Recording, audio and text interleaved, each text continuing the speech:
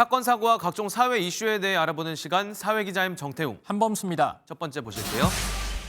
34년 가정 지켰는데 이미 슬픈 예감이 좀 드는데 최소 중년 부부 얘기인 거죠? 맞습니다. 그런데 단순한 개인사는 아니고요.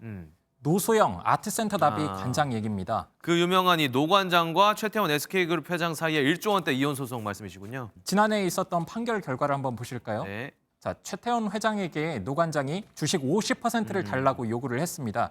그런데 1심 법원은 상속과 증여를 통한 주식을 갖고 있었기 때문에 이건 분할 대상이 아니다라고 판단을 내렸습니다. 근데 그래도 어쨌든 노 관장이 665억 원을 받게 됐잖아요, 그때. 네. 이것만 해도 사실 저희 일반 입장에서는 상상도 못할 어마어마한 그런 위자료인데 2심까지 가게 될까요? 갈 것 같습니다. 최근 노소영 관장이 인터뷰에서 이런 말을 했어요. 자, 유책 배우자에게 위자료를 제대로 받지 못해서 창피스럽다. 이거 잘못된 선례다. 이렇게 격하게 표현을 했습니다. 갈 것 같죠? 그러니까 이 불륜을 저지른 건 자신의 전 남편인데 사실상 남편에게 주어진 책임이 크지 않다. 뭐 이런 불만인 거잖아요. 예, 그렇습니다. 그러면서 이런 말까지 했어요. 자, 딸과 나눈 대화인데요. 예. 본인은 재판을 더 받는 게 의미 있냐 이렇게 생각을 했답니다. 그런데 딸이 여기서 그만두는 엄마는 싫다라고 얘기를 해서 다시 마음을 다잡았다고 하죠. 가사노동 뭐 이런 부분뿐만 아니라 뭐 무형적으로 보이는 기여 가치 등에 대해서도 기여를 인정해 왔기 때문에 항소심에서는 결론이 달라질 수 있습니다. 그런데 1심 판결문을 떠올려 보면 가사노동했다고 사업이 현렬해서는 되겠냐 이런 취지의 재판부 설명이 있었거든요. 예, 맞습니다. 노소영 관장은 1심 판결 논리대로면 규모를 불문하고 남편이 사업체를 운영하는 경우에 남편이 아내를 재산상 손실 없이 내쫓을 수 있게 되는 것 아니냐 이렇게 반박했습니다. 이것도 듣고 보면 설득력 있는 것 같기도 하고요. 최태원 회장 측도 가만히 안 있었을 것 같아요. 예, 마침 오늘 반박문이 나왔는데요. 노 관장이 언론을 이용하여 재판에 영향을 미치려고 한다.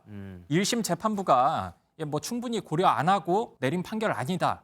이러면서 상기된 그런 반응을 보이기도 했습니다. 네. 한때 부부였고 사회적 명망 있는 인사들인데 갈등이 쉽게 끝날 것 같지는 않습니다. 네, 다음 키워드로 넘어가 보겠습니다.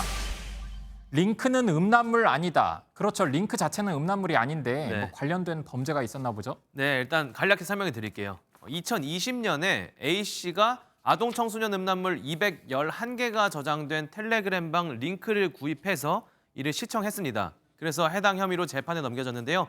음란물 소지죄 혐의였습니다. 그런데 음란물 소지죄만 적용이 된 건가요? 법이 좀 축소 적용된 것 같기도 하고요. 예, 지금은 그렇지 않은데 문제는 저 당시가 모두 알다시피 박사방 사건이 불거졌을 때거든요. 예. 저 때까지만 해도 아동 청소년 음란물을 시청 그리고 구입하는 행위 자체는 처벌을 할 수 없었습니다. 그래서 소지죄만 놓고 다투게 된 거죠. 그래서 결국 어떻게 됐나요? 이 피의자 같은 경우는요? 재판 과정 또한 쉽진 않았습니다. 1심에서는 해당 행위를 소지로 판단해서 징역 4개월에 집행유예 2년이 내려졌는데요. 2심에서 무죄로 판결이 뒤집힌 겁니다. 그러면 소지가 아니었다는 건가요?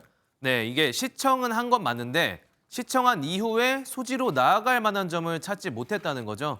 다시 말해서 링크를 통해서 해당 채널의 입장에서 일회적으로 시청을 한 거지 이 음란물 자체를 보유하고 있는 건 아니다. 이런 뜻이었습니다.